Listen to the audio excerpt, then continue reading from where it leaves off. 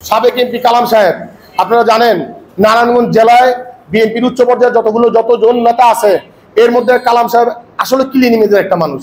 এই ব্যাপারে বিরোধী দলেরও কোনো দ্বিমত আছে বলে আমার মনে হয় না। সে নিঃসন্দেহে ক্লিন ইমেজের মানুষ, পাশাপাশি সে একজন লয়ার।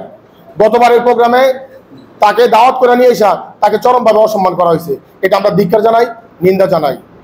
আনিসুল ইসলাম সানি, আমরা প্রোগ্রাম করলে কোনো বিএনপির কোনো উচ্চ পর্যায়ের নেতৃবৃন্দ যদি দেখেন মানে আহ্বান করি, তারা নিষেধ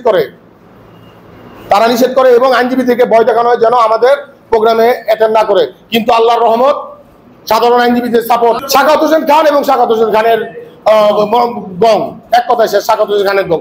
মূলত নারায়ণগঞ্জ বারের সমস্ত কিছু, এই যে অবিচার, অনাচার, দুর্নীতি, এইটা সমস্ত কিছু শক্তভাবে কন্ট্রোল করে সাখাওয়াত হোসেন খান।